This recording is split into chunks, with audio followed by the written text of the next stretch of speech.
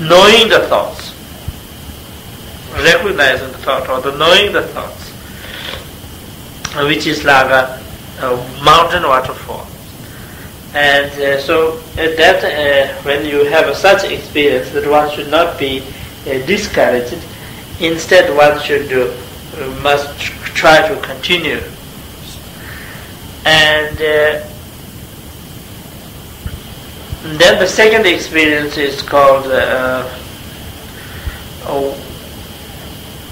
stream with the rapids and pools, which means that the thoughts come one after another, but then in between there are kind of gaps, some gaps where there's no thought. Then again the thoughts come, and sort of there's a rest. So it is called the second experience, which is called the thought resting experience. It's like a stream with the rapids and pools. The streams goes, and then also there are round things where they remain for a few moments. The water goes, and then there, when they have round things, then there remains, and then again the water goes like this. And then the third experience,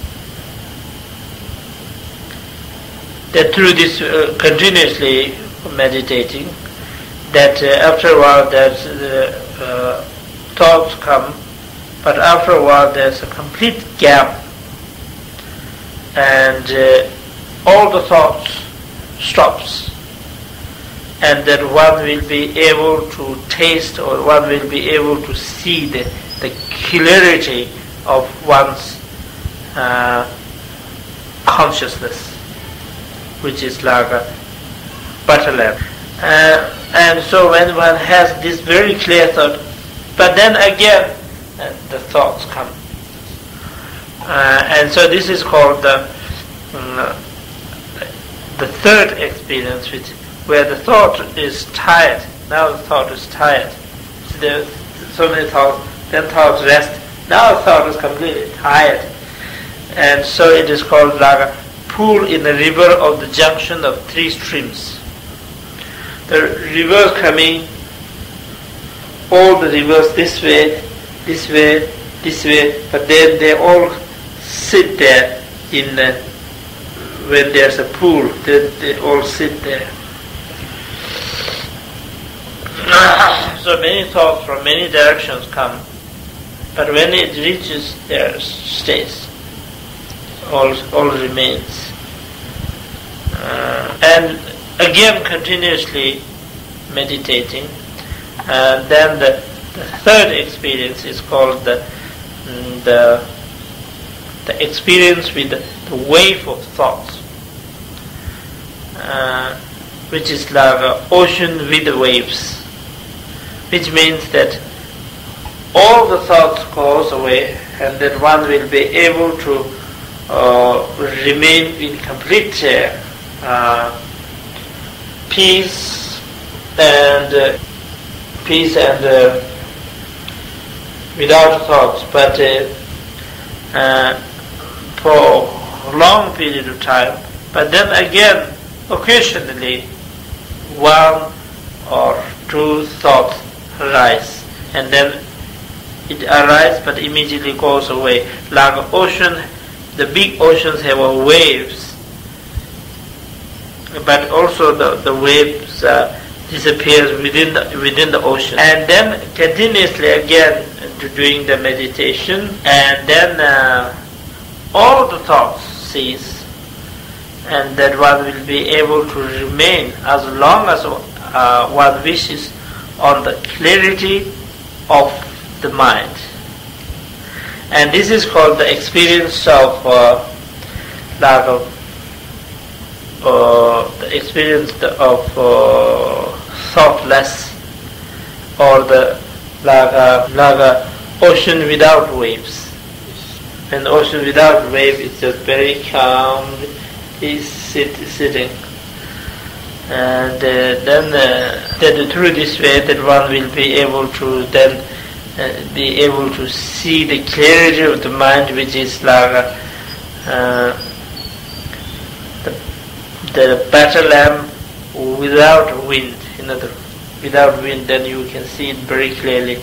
And through this, that then without outer object, that one should try to concentrate on the inner clarity of the consciousness, and try to avoid, if the faults arise, try to avoid through the application of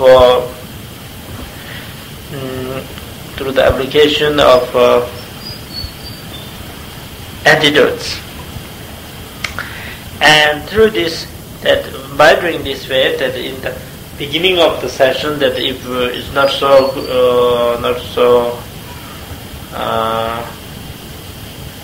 good, but if it is in the end of the session, if it goes better, then it means it's a good sign, and that one should not. But then again, I said in the beginning that it is important not to overdo it. If one have a very good concentration, and then one should think, oh, now it is coming very well, so I must do it as. But if you do too long, then it's also not good. So while it is still good, one should stop. But if one try, but it's not successful, many thoughts coming, and it's all going wrong, everything going wrong, but you force, and that is also not good. But if everything is going not well, then one must stop and rest, and then try again, and again. And then at that time it is important to have the right amount of food, not overeating, not undereating, and also to sleep at night and not during daytime. In other words, to rest it. And I think in this way, then at the end of in other words, that one should not be crossed with the meditation. You are so dissatisfied with your practice that you think, oh, now I cannot do any concentration, and if sort of goes against, then it's not right. When one is still good, you should end. When one is not good, one should not force, but try and make it again, and through this way. And then at the end, each session you should end with the dedication of merit.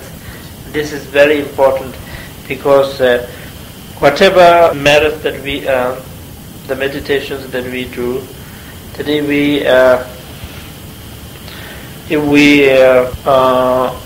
unless we dedicate, it will be like